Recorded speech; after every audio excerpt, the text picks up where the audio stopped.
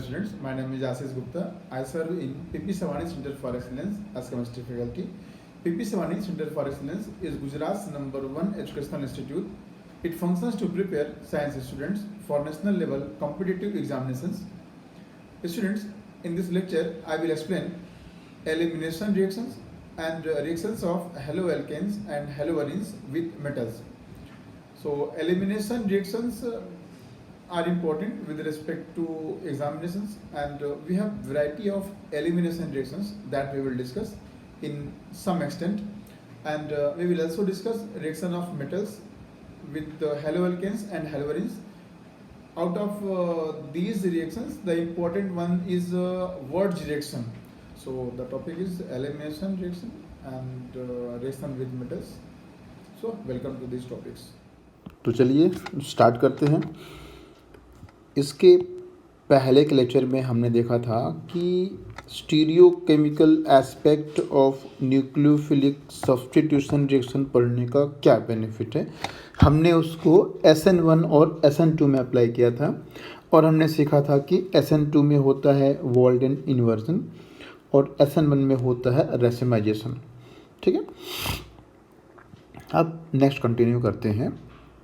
अभी इस लेक्चर में हम जो नेक्स्ट सीखने वाले हैं वो है एलिमिनेशन, रिएक्शन विद मेटल्स और रिएक्शंस ऑफ हलोवेरिन्स सीखेंगे इसके बाद। चलिए, तो सबसे पहले come first elimination reactions. When a haloalkane with the halogen atom when haloalkane with the beta hydrogen atom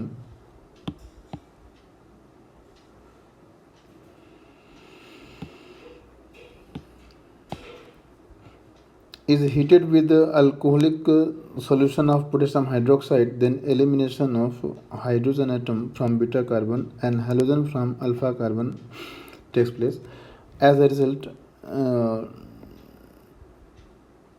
alkene is formed, and because beta hydrogen is involved, so it is called beta elimination reaction. So in short, we will say that alkyl halides undergo beta elimination reaction.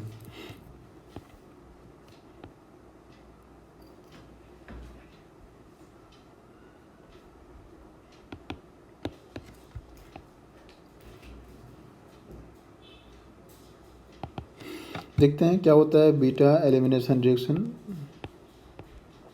CH3 C Cl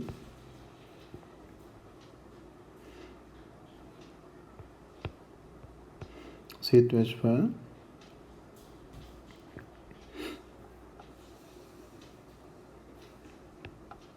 H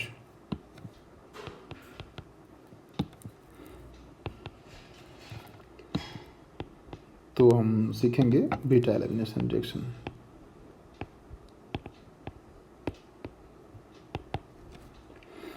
अब अगर हमने लिया alcoholic KOH, तो what is alcoholic KOH? Alcoholic KOH का मतलब होता है हमारे पास होता है C2H5OH प्लस KOH। तो एसिड प्लस बेस सॉल्ट बनेगा, तो सॉल्ट क्या बनेगा? C2H5O minus plus K plus H2O। तो एक बात क्लियर है कि एल्कोहलिक KOH से प्रोड्यूस होता है C2H5O माइनस। अब C2H5O माइनस चूँकि स्ट्रॉन्ग बेस है, तो जो बेस काफ़ी स्ट्रॉन्ग होता है तो वो एक न्यूक्लियोफाइल की तरह अटैक करने के बजाय वो एक स्ट्रॉन्ग बेस की तरह H+ अलग कर लेता है।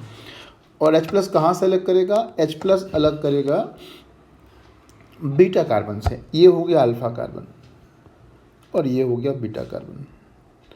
तो अल्फा कार्बन पे तो ये नेगेटिव वाला अप्रोच करने से रहा, क्योंकि यहाँ पे है स्लाइड नेगेटिव, तो नेगेटिव का रिपल्सन होगा और चूँकि बेस स्ट्रॉन्ग है तो वो H+ लेने की टेंडेंसी ज़्यादा रखेगा। तो ये क्या करेगा? तो ये बीटा कार्बन पे जो H है उसको रिमूव कर लेगा। क्या बन जाएगा? बीटा कार्बन पे से H रिमूव करेगा तो क्या बनेगा? CH3 CH, C पे माइनस CCl H।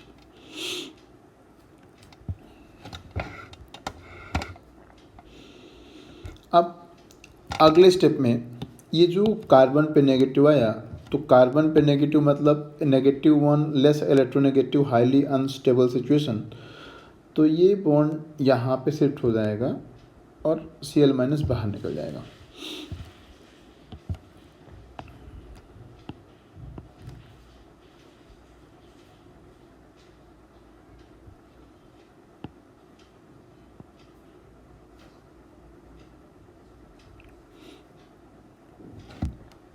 फिर क्या प्रोड्यूस होता है वो देखते हैं अपन।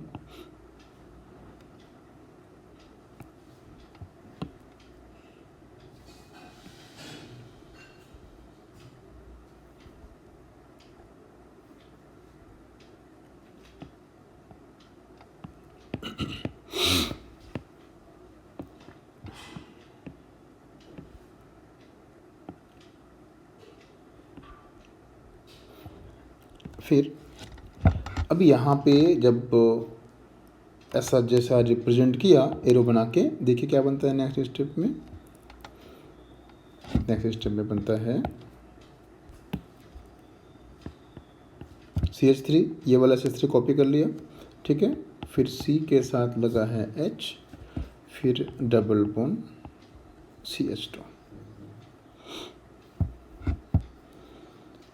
अब ये प्रोसेस में क्योंकि बॉन्ड ब्रेक हो रहा है, तो क्योंकि बॉन्ड ब्रेक हो रहा है इसलिए ये प्रोसेस हो गया रेट डिटरमाइनिंग स्टेप। और ये प्रोसेस में प्रेजेंट बेस भी है, लेकिन बेसिकली रेट डिपेंड करता है कंसंट्रेशन ऑफ अल्काइल हैलाइड पे। और इसलिए हो गया एलिमिनेशन है, इसलिए लिख दिया E, क्योंकि इसका रेट लॉ ऐसे लिखेंगे, रेट लॉ इसका हो जाएगा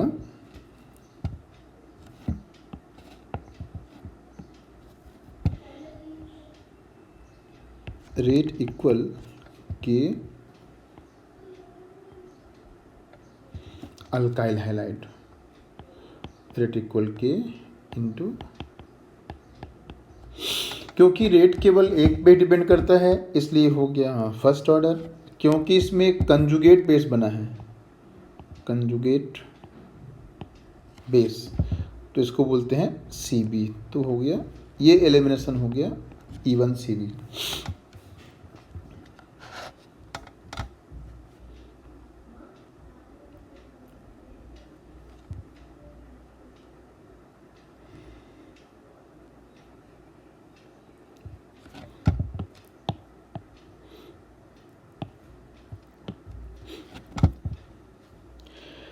If there is possibility of formation of more than one alkene due to availability of more than one alpha hydrogen atoms, usually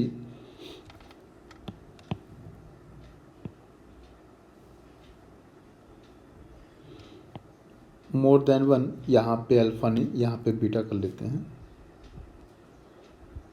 beta, more than one beta hydrogen atoms, usually one alkene is formed as major product. These pattern first observed by Sergev, and so it is called Sergev rule. So Sergev rule क्या होता है?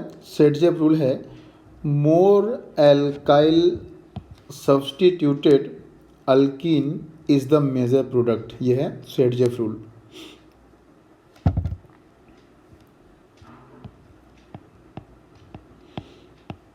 Elimination में हमारा next topic है सेटजेफ rule for elimination.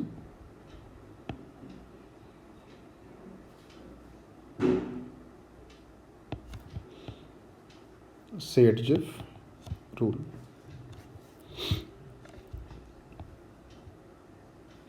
More alkyl substituted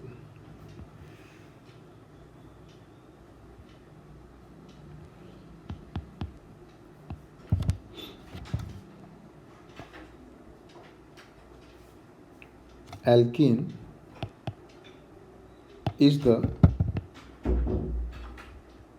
major product. चलिए देखते हैं कि कैसे बनेगा मोर एल्काइल सब्स्टिट्यूटेड अल्किन। इस कंपाउंड का कराते हैं elimination.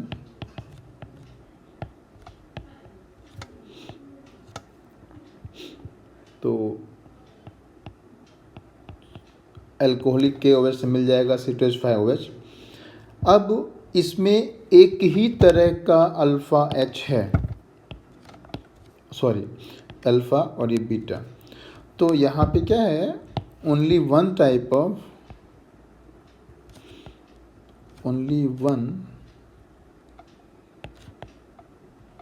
Of beta H।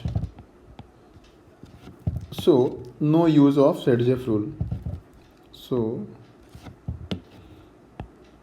no use of Sergev rule. एक और बात खास इसके लिए, Sergev रूल के लिए, इसको जेटसेव रूल भी कहते हैं।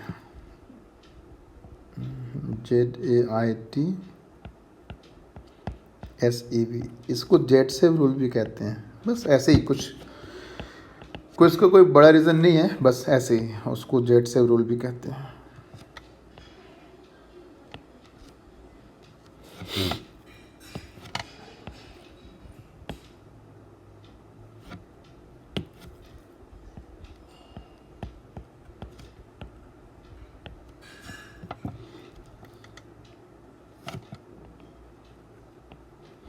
It is also known as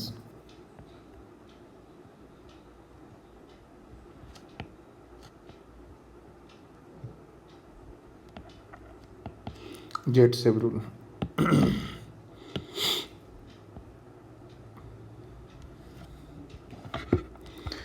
तो इसमें तो जो हमने एग्जांपल लिया, इसमें तो सेटजेव रूल का कोई यूज़ ही नहीं है। देखते हैं दूसरा एग्जांपल लेते हैं जहाँ पे सेटजेव रूल का यूज़ हो जाए। Let's we go for that.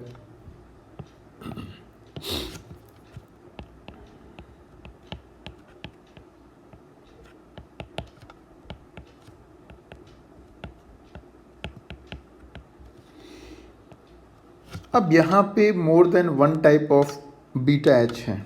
चलिए देखते हैं कौन कौन से टाइप के यहाँ पे बीटा एच हैं।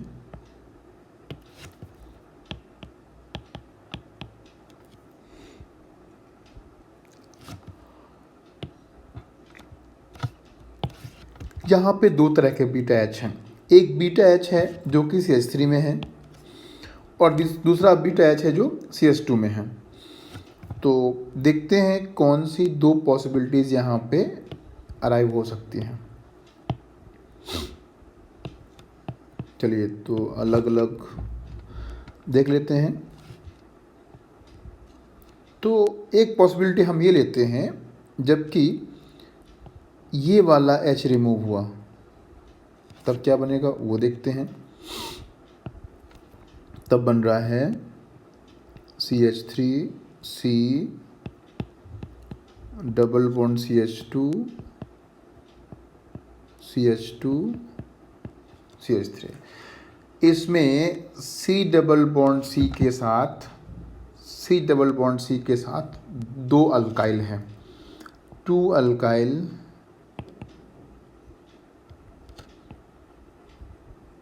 With C double bond C। Alkyl number 1, alkyl number 2। ये तो फर्स्ट टाइप का हो गया। अब सेकंड टाइप का H रिमूव करते हैं। मान लीजिए कि हमने सेकंड टाइप का H रिमूव किया, ये वाला H रिमूव किया, H ऑफ टाइप 2, ये वाला जो कि CH2 वाला H है। ये कौन सा था? ये कौन सा था? H of CH3। और अभी हम क्या ले रहे हैं? अभी हम ले रहे हैं H ऑफ CH2। चलिए तो H ऑफ CH2 लेते हैं, तब क्या बनता है वो भी देख लेते हैं। CH3 C CH3 double bond C H CH3। इसमें क्या अलग है, इसको मान लेते हैं प्रोडक्ट A, इसको मान लेते हैं प्रोडक्ट B। A और B में क्या डिफरेंस है, C double bond C has 3 alkyl. तो according to Saytzeff rule it is measure a product and it is minor product। अब ये मेजर माइनर का फैसला कैसे होता है, based on hyper conjugation, based on hyper conjugation.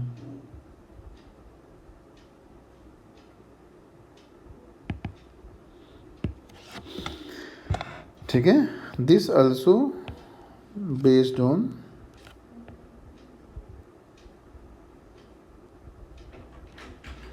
अब हाइपर कंजुगेशन पकड़ने जाएंगे तो बहुत हो जाएगा। ठीक है, यहाँ पे इतना ही, यहाँ पे रेफरेंस लिया वो इनफ है। चलिए तो ये हो गया elimination and major product with the help of Saytzeff rule. अब यहाँ पे एक और चीज़ आपको ध्यान रखना जरूरी है, जस्ट रेफरेंस यहाँ पे दूंगा आपको, वो है हॉफमैन एलिमिनेशन रूल। हॉफमैन, यहाँ पे इसको डिस्कस करना सही नहीं है, बस जस्ट आपको रेफरेंस दूंगा। हॉफमैन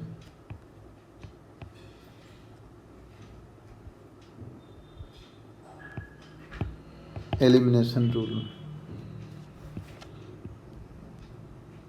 फ्रॉम GOC, ये आपको GOC से पढ़ना है। ठीक है, फिर डाउट रहेगा तो मैं तो हूँ आपके साथ हमेशा।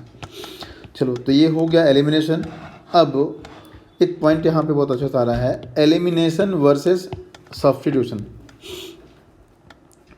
A chemical reaction is a result of competition. It is a race won by the fastest runner.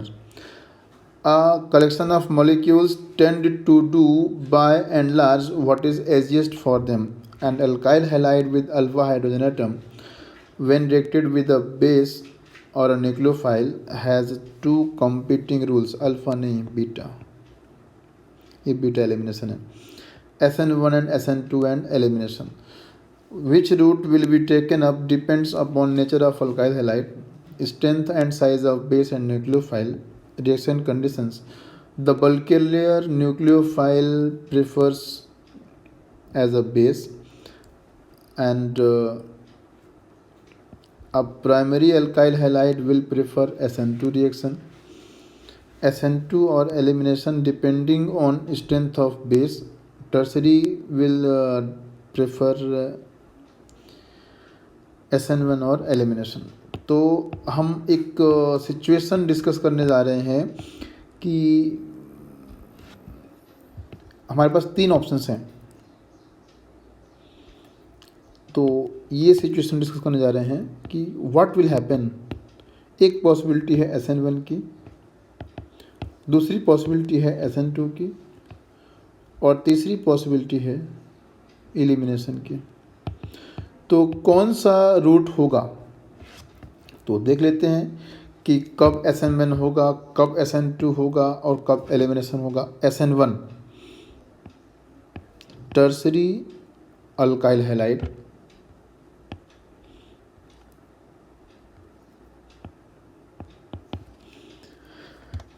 SN1 SN2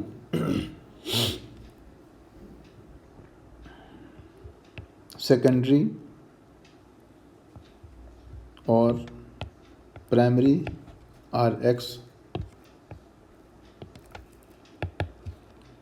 elimination large and strong base. तो अगर टर्शियरी अल्काइल हैलाइड है तो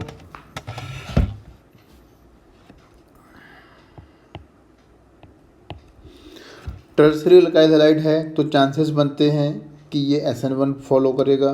टर्शियरी अल्काइल हैलाइड है तो चांसेस बनते हैं कि ये एलिमिनेशन को फॉलो करेगा। प्राइमरी अल्काइल हैलाइड है तो चांसेस बनते हैं कि SN2 को फॉलो करेगा। सेकेंडरी अल्काइल हैलाइड है तो चांसेस बनते हैं SN2 या कि फिर एलिमिनेशन को फॉलो करेगा। लार्ज एंड स्ट्रॉन्ग बेस है तो चांसेस बनते हैं कि ये एलिमिनेशन को फॉलो करेगा। तो एलिमिनेशन होगा, SN1 होगा, SN2 होगा, ये डिपेंड करता है रिएक्शन कंडीशंस पे।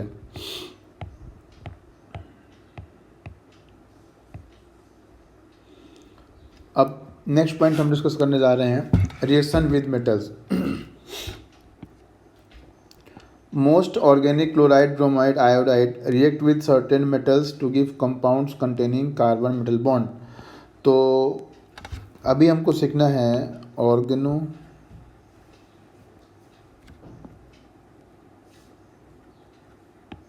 Metallic compound.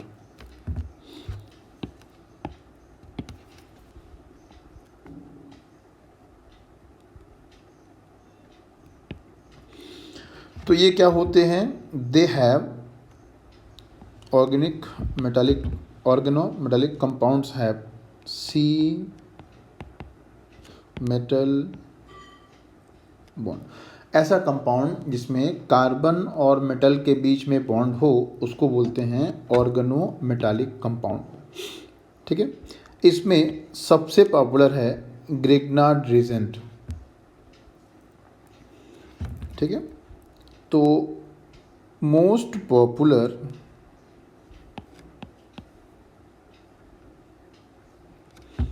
Oregano metallic compound is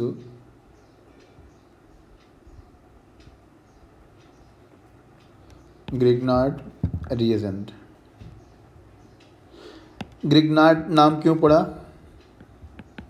named after, इसको विक्टर मेयर ग्रिग्नार्ड ने डिस्कवर किया था। Named after Victor mayor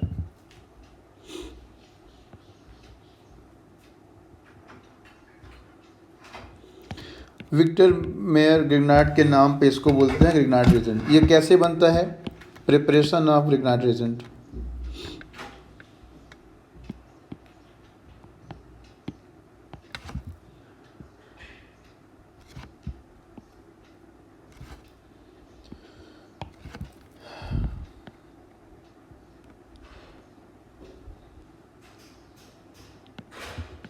Preparation of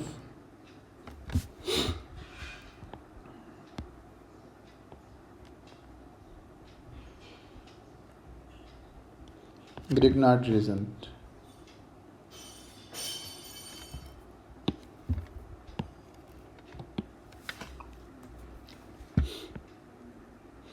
Grignard reagent कैसे बनाते हैं?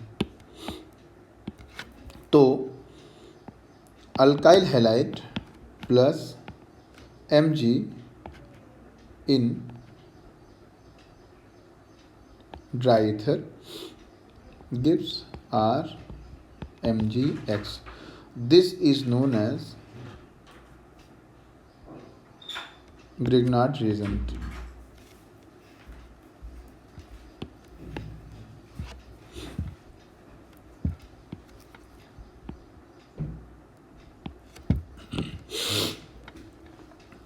मेटल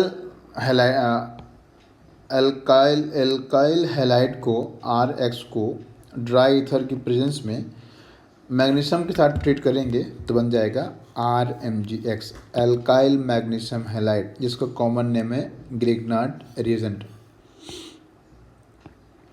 अब एक बात ध्यान देने की है कि ड्राई ईथर लिखा हुआ है। ड्राई ईथर एक एसेंशियल कंडीशन है। So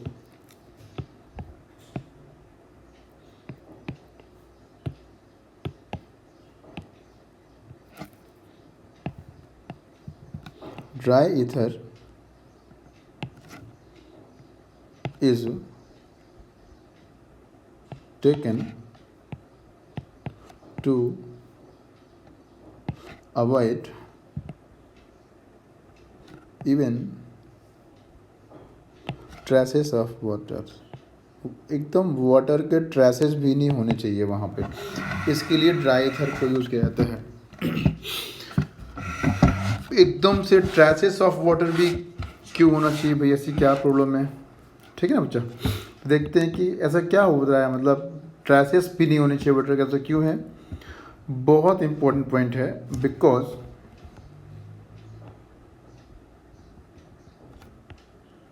the product RMGX is highly reactive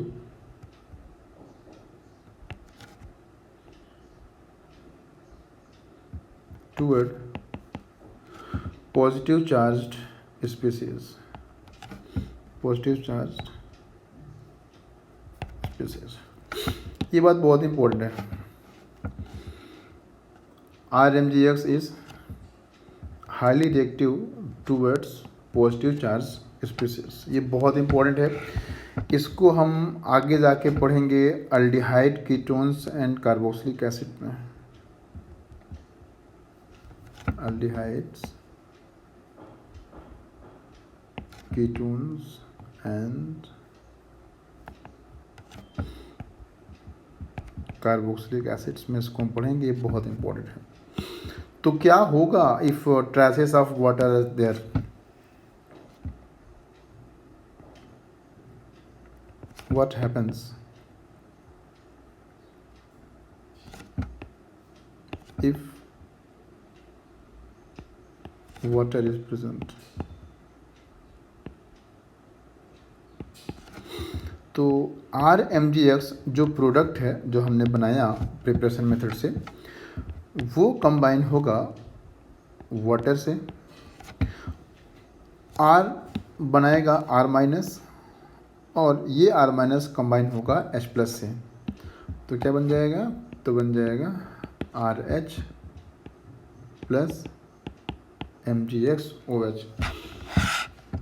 अभी के लिए इतना ही। देखते हैं हमने इस लेक्चर में क्या क्या सीखा।